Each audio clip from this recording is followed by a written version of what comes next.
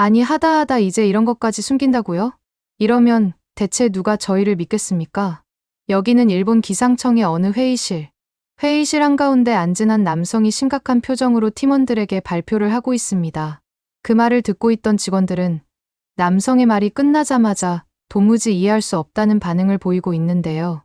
몇몇 직원들은 심지어 화를 내는 듯한 반응을 보이기까지 하고 있습니다. 대체 이곳에서 어떤 일이 벌어진 건지 함께 알아보러 가실까요? 잠깐, 1초 만에 누를 수 있는 좋아요 버튼만 눌러주시면 영상 제작에 큰 힘이 됩니다. 안녕하세요. 저는 일본 도쿄에 사는 사토 유키코예요. 이제 30대 후반이 되었네요. 일본 기상청에서 지진 미세일 분석관으로 일하고 있답니다.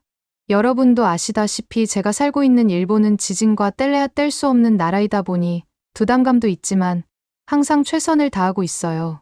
특히 요즘은 꼭 전달해드리고 싶은 이야기가 있어서 이렇게 글을 쓰게 되었습니다. 혹시 여러분들은 난카이 대지진에 대해 들어보셨나요? 아마 한국에서도 많은 관심을 갖고 있을 것 같은데 제가 살고 있는 일본, 그 중에도 제가 일하고 있는 기상청은 이것 때문에 정말 난리랍니다.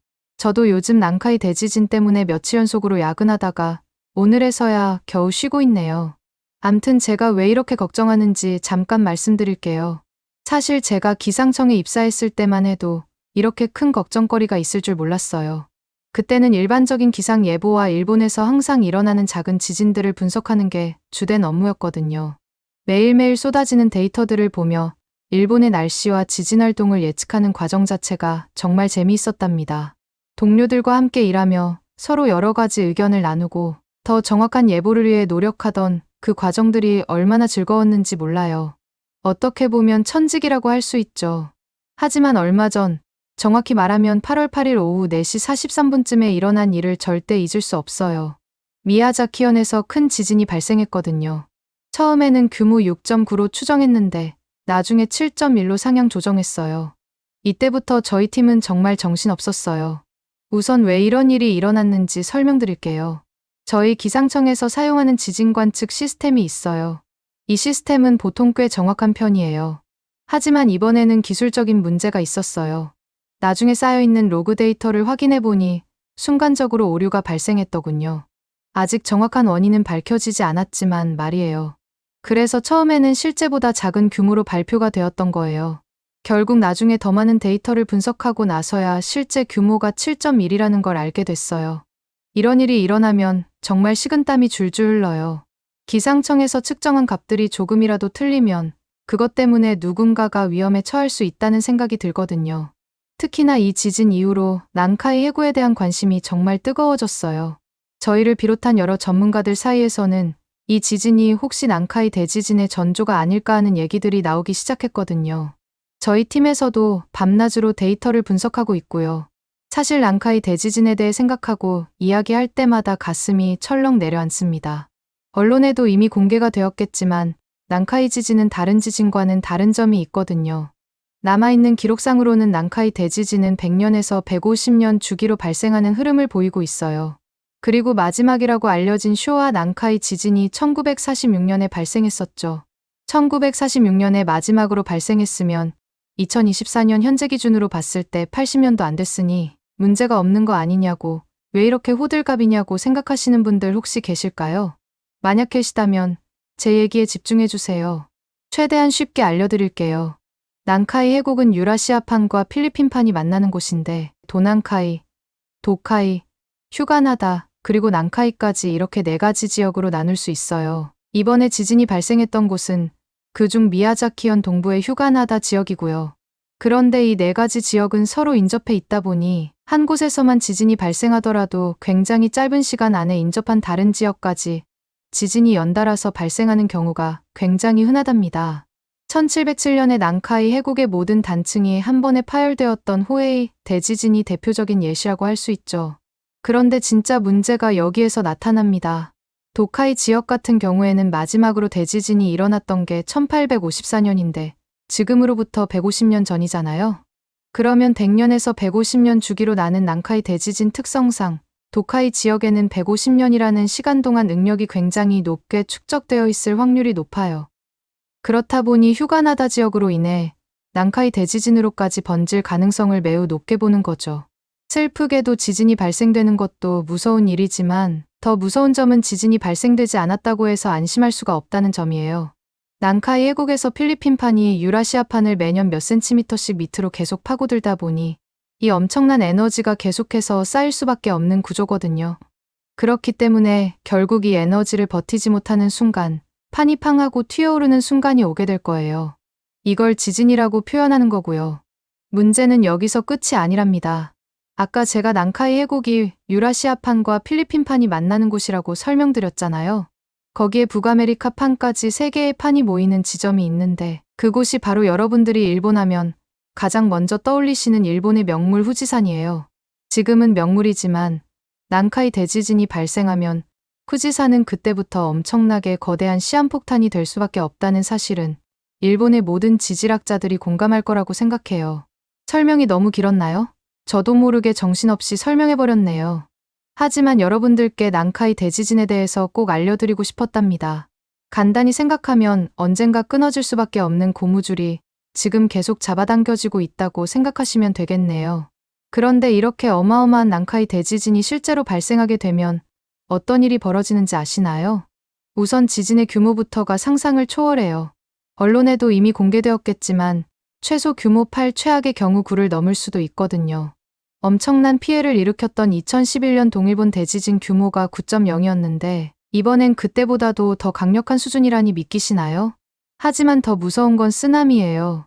시뮬레이션 결과에 따르면 최대 34m까지 올라갈 수 있거든요. 10층 건물보다 더 높은 파도라니 저조차도 상상이 안 되지만 사실 예상 결과를 처음 봤을 때 저도 모르게 눈물이 나더군요. 수많은 사람들의 추억이 깃든 장소들이 모두 휩쓸려 갈 수 있겠다는 생각이 들었거든요. 지진조사위원회에서 피해 규모 예측을 한 자료가 있던데 이걸 보니 정말 숨이 막힐 정도입니다. 최악의 경우에는 32만 명이 넘는 사람들이 목숨을 잃을 수 있고 950만 명 정도가 집을 잃을 수 있다고 했거든요. 그럴 수밖에 없는 게 건물 피해도 240만 채로 추정되니 말다 했죠. 그리고 이 엄청난 피해는 곧바로 엄청난 경제적 손실로 이어집니다. 예상 피해액만 220조엔이 넘는다니 상상이 되시나요? 제가 살고 있는 일본 1년 예산의 2배가 넘는 규모예요.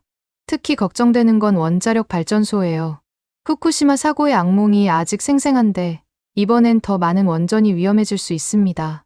여러 원전에서 동시에 문제가 생긴다면 그 결과는 상상조차 하기 힘드네요.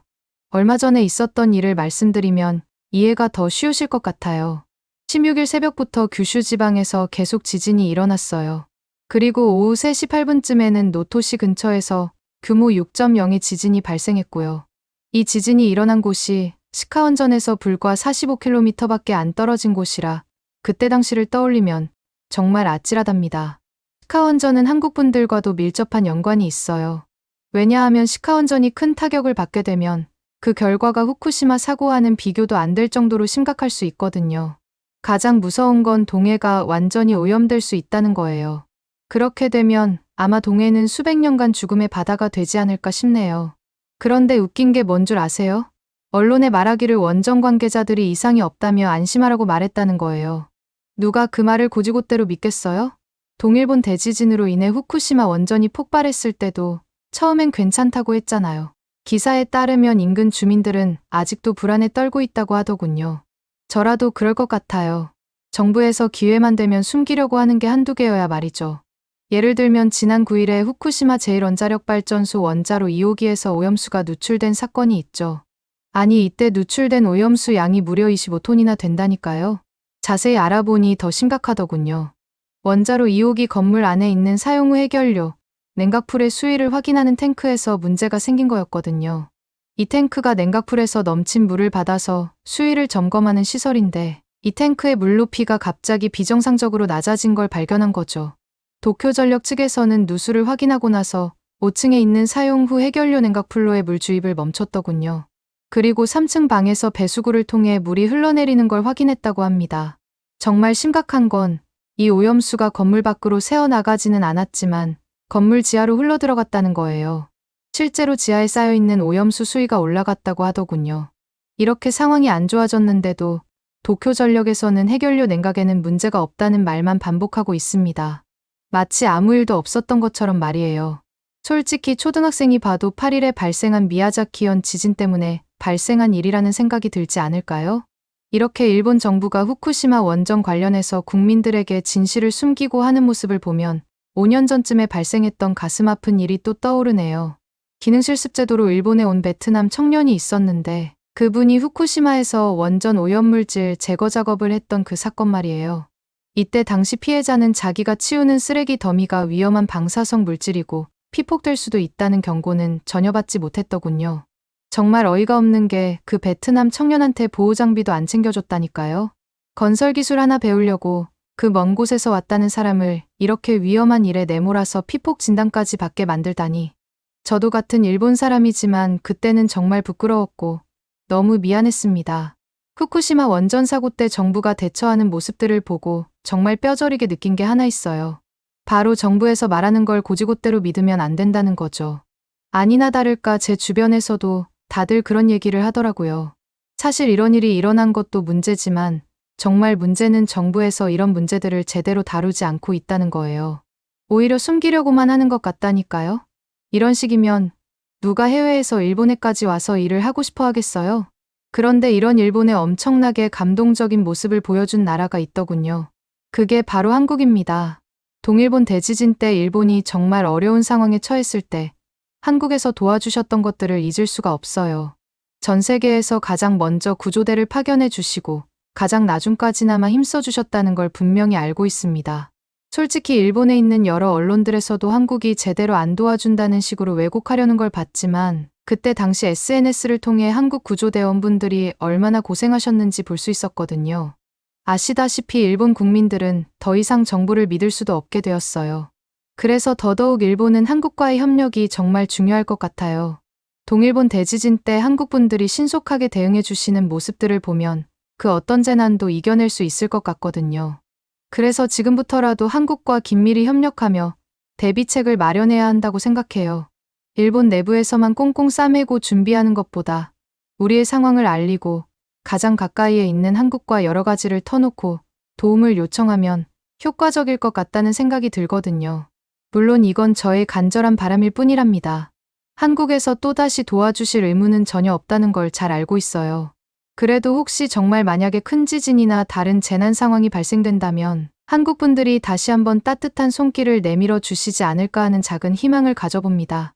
이런 한국과는 달리 저희 일본 내부에서는 이해가 안 되는 것들 투성이에요.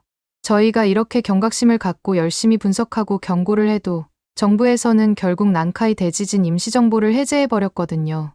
저희 쪽에서는 당연히 이때 난리가 났었어요. 아까 말씀드렸다시피 안전한 상태가 절대로 아니니까요. 하지만 정부에서는 경제를 살리는 것도 중요하다며 언론 브리핑 때 대지진 관련 이상 현상이 관측되지 않는다는 이유를 내세운 채로 결국 경보를 해제해버리더군요. 경제가 아니라 표심이 중요한 거겠죠. 더 충격적인 건 기시다 총리가 다음 달부터 총리직을 사퇴한다고 발표한 거예요. 이런 위기 상황에 어떻게 이럴 수 있죠? 문제가 생겼을 때 끝까지 책임지는 게 진정한 리더 아닌가요? 그뿐만 아니라 유사시에는 가장 가까이에 있는 한국에 긴급 지원을 요청하면 되니 기시다 총리를 포함한 일부 고위 관료들 사이에서는 일단 일본을 탈출하는 게 우선이라는 의견까지 나온다는 소문이 돌고 있더군요. 국민들은 이대로 버려두고 자신들만 살겠다고 하는 꼴이라니 이건 정말 용납할 수 없는 일이라고 생각합니다. 나라를 이끄는 지도층들이 이렇게 엉망인데 국민들은 오죽하겠어요? 안 그래도 얼마 전에 여행사에서 일하고 있는 제 친구 미유키와 통화를 했어요. 화산이다 지진이다 뭐다 말이 많은데 관광업계는 괜찮은지 궁금했거든요. 역시나 요즘 정말 힘들다고 하더군요. 원래는 역대급 엔저 현상으로 인해 외국인 관광객들이 많이 올 거라고 기대했대요. 호텔 예약도 꽉 차고 여행 상품도 잘 팔리고 있었다고 하더군요. 그런데 난카이 해구 지진 임시정보가 발표되면서 상황이 완전히 바뀌어 버렸대요. 미유키 말로는 예약 취소 요청과 환불해달라는 전화들이 끊이지 않는다고 했어요. 다들 짠 듯이 취소 사유는 지진 관련된 이유였다고 하더라고요. 쏟아지는 취소 건들을 보면서 정말 허망했다고 하더군요. 그래도 열심히 준비했던 여행 상품들이었는데 이게 모두 물거품이 되어버렸으니까요. 그런데 이게 단순한 문제가 아니라는 거 있죠? 놀랍게도 일본에 있는 외국인들, 특히 중국인들이 서둘러 일본을 떠나려고 한다더라고요. 미유키 말로는 중국인 관광객들이 원래 일본에 엄청나게 몰렸었는데 예정된 일정을 앞당겨 중국으로 돌아가려고 하면서 항공권 가격이 말도 안 되게 올랐다고 했어요. 진짜로 그 말 듣고 비행기표 예약 어플들을 확인해 보니 평소보다 도쿄에서 베이징 편도 항공권이 무려 4배를 훌쩍 넘었더라고요. 더 충격적인 건 일본 사람들까지도 일본을 떠나려고 한다는 거예요. 주변 친구들 중에서도 장기 휴가를 내고 해외로 떠나려는 사람들이 늘고 있거든요. 지진에 대한 두려움이 너무 크다 보니 아예 일본을 벗어나 있는 게 안전하다고 생각하는 것 같아요. 사실 요즘 같은 시기는 저조차도 일본에서 벗어나고 싶다는 생각이 들긴 해요. 왜냐하면 지진뿐만 아니라 태풍들도 난리거든요. 진짜 힘들 것 같지 않나요? 지진 문제만 해도 골치 아픈데 말이에요. 얼마 전에 5호 태풍 마리아가 혼슈 북부를 강타했는데 그 여파가 채 가시기도 전에 6호 태풍 손띤, 7호 태풍 암필, 심지어 8호 태풍 우쿤까지 전부 4개의 태풍들이 오는 바람에 정말 정신이 없답니다. 특히 7호 태풍 암필이 정말 걱정돼요. 도쿄 근처로 접근하고 있는데 그 세력이 만만치 않더라고요. 간토 지역 같은 경우에는 최대 순간 풍속이 초속 60m에 이를 것으로 예상되거든요. 이 정도 바람이면 주행 중인 트럭도 넘어갈 수준이에요. 게다가 비도 엄청나게 많이 쏟아져서 강우량이 많은 곳은 24시간 내에 300mm나 되는 물폭탄이 예상되더군요. 이런 상황이다 보니 일본에서는 곳곳에서 대피 명령이 내려지고 백화점이나 디즈니랜드 같은 곳들도 문을 일찍 닫고 있어요. 비행기들도 마찬가지로 수백 편이나 취소됐고 신칸센 운행도 결국 중단하기로 결정했고요. 특히 안타까운 건 오봉이라는 일본의 명절 연휴 기간과 겹쳤다는 거예요. 검색해보니 한국의 추석이 딱 일본의 오봉 같은 개념 같더라고요. 아무튼 이때 안 그래도 멀리 고향에 가거나 휴가 가는 사람들이 많아서 혼란스러운데 태풍까지 겹쳐버리니 정말 말이 아니랍니다. 그런데 이런 재난급 상황이 반복되다 보니 일본 안에서도 여러 이상행동들이 나타나기 시작했어요. 바로 사람들이 생필품을 사재기하기 시작했다는 거죠. 제가 아까 전화했다고 말씀드렸던 미유키도 마트에 갔다 왔는데 정말 아수라장이었다고 하더라고요. 사람들이 물과 통조림, 화장지 같은 생필품을 카트에 가득 싣고 있었대요. 특히 생수가 워낙 인기 있다 보니 물 진열대는 말 그대로 텅텅 비어 있다는 거 아니겠어요? 그 말을 듣다 보니 동일본 대지진 때가 떠오르더군요. 그때도 이렇게 사람들이 필수품을 사재기했었거든요. 지진이나 태풍으로 피해를 입으면 물자 공급이 끊길까봐 다들 엄청나게 불안해하는 것 같아요. SNS에서도 재난 가방에 꼭 넣어야 할 물건들의 목록이 떠돌고 있더라고요. 사람 심리가 또 남들은 다 챙기는데 자기만 안 챙기면 괜히 불안해지고 그렇잖아요.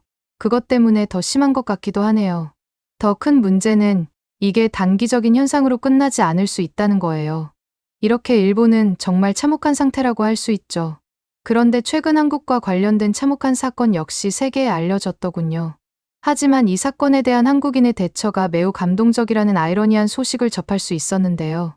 이 사건에 대해 좀 더 자세히 전달해드리기 위해 제 이야기는 이만 줄이겠습니다. 최근 국내에 퍼진 영상이 큰 파장을 일으켰습니다. 깨진 유리창, 무너질 듯한 천장, 얼룩진 벽지와 씻을 수조차 없는 화장실. 사람이 살 수 있을 거라 믿기지 않는 이 집의 주인인 그는 충격적이게도 1950년 발발된 한국전쟁에 직접 자원의 조국을 위해 싸웠던 김영길 참전용사였습니다. 정전 후 가난에 허덕여야만 했던 그는 지금까지도 쉴 공간도 없는 이곳에서 평생을 고통받고 있는데요. 고령의 나이로 피부암이란 병을 앓고 있지만 폭염 속에 씻을 수조차 없는 화장실로 인해 한 달에 2번 목욕차가 오는 날만을 기다리고 있습니다. 그렇게 지독히도 힘든 삶을 살아가던 그때 그에게 71년 만에 기적 같은 순간이 찾아옵니다. 김영길 참전용사의 소식을 들은 한국 기업이 당장의 지원을 결정하며 그를 찾아간 것인데요. 늦어서 죄송합니다. 한국을 지켜주셔서 감사합니다. 이들은 폭염 속 가장 시급히 필요했던 화장실 수리를 우선적으로 지원하였고 곧바로 대대적인 개선에 들어갔습니다. 당시 참전용사는 자신을 찾아준 한국인들에게 몇 번이고 감사를 표현했고 수십 년간 희망하던 바람이 이뤄지는 과정을 보며 몇 번이고 눈물을 흘렸다 전해집니다. 현재 참혹했던 이곳은 여느 평범한 화장실처럼 변화되었습니다. 김영길 참전용사는 그 모습에 한참 동안 말을 잇지 못했는데요. 그에게 한국전에 참전했던 선택이 결코 후회가 아니었지만 그 노고를 잊지 않은 한국인들의 보답에 감격한 것입니다. 인프레쉬, 이곳은 김영길 참전용사를 시작으로 국내에서 생활고를 겪는 참전용사들을 위해 전자제품, 주거 개선 등 아낌없는 지원을 하고 있다는 사실이 밝혀졌습니다. 그뿐만 아니라 참전국인 에티오피아를 비롯해 필리핀, 태국에 방문해 의료, 물품, 금전 지원 등 그야말로 전 세계를 돌아다니며 지원하고 있습니다. 이에 감동받은 수많은 외신들이 앞다투어 인프레쉬의 소식을 보도하고 있는데요. 한국의 정체성을 보여주는 기업, 한국은 우리를 잊지 않았다. 기적의 한국인들, 국가를 대신해 나선 이 기업의 행보에 세계는 열광했고 인프레쉬는 한국인이기 때문에 라는 답 한마디를 남겼죠. 이 기업은 현재 또 한 번의 기적을 창출하기 위한 준비를 하며 최근 6.25 한국전쟁 당시 참전용사들의 간절한 염원이 담긴 태극기 키링을 공개했습니다. 해당 태극기는 전쟁에 자원한 학도병 참전용사들이 출정 전에 각자의 소감을 적은 것으로 조국을 위해 희생정신, 우리의 죽음은 역사의 꽃이 되다 등의 희생정신을 담고 있으며 인프레쉬는 그 태극기를 정말 그대로 구현해냈습니다. 실제 오랜 시간 장인의 손길을 거쳐 탄생한 이 키링은 현재 세상에 하나뿐인 특별함을 담고 있으며 참전용사들의 노고를 잊지 말자고 알리고 있습니다. 차키, 가방, 휴대폰 등 한국의 역사가 일상 속에 함께 할 수 있기를 바라면서 말이죠. 또한 해당 상품 역시 수익금 일부가 참전용사 분들께 후원되고 구매한 모든 한국인들의 이름으로 전달된다고 합니다. 많은 관심 부탁드리며 상품의 구매처는 고정 댓글에 남기겠습니다. 여전히 생활고 속에 힘든 참전용사 분들이 많이 계십니다. 국가를 위해 헌신한 영웅들의 삶이 개선될 수 있기를 바라며 많은 분들의 응원과 관심 부탁드리겠습니다. 오늘의 사연은 어떠셨나요? 오늘의 사연이 마음에 드셨다면 좋아요만 한번 눌러주세요. 1초밖에 안 걸리지만 좋아요를 한번 눌러주시면 더 좋은 사연을 소개해드리는데 큰 힘이 된답니다. 긴 영상 시청해주셔서 감사합니다. 오늘도 행복한 하루 보내세요.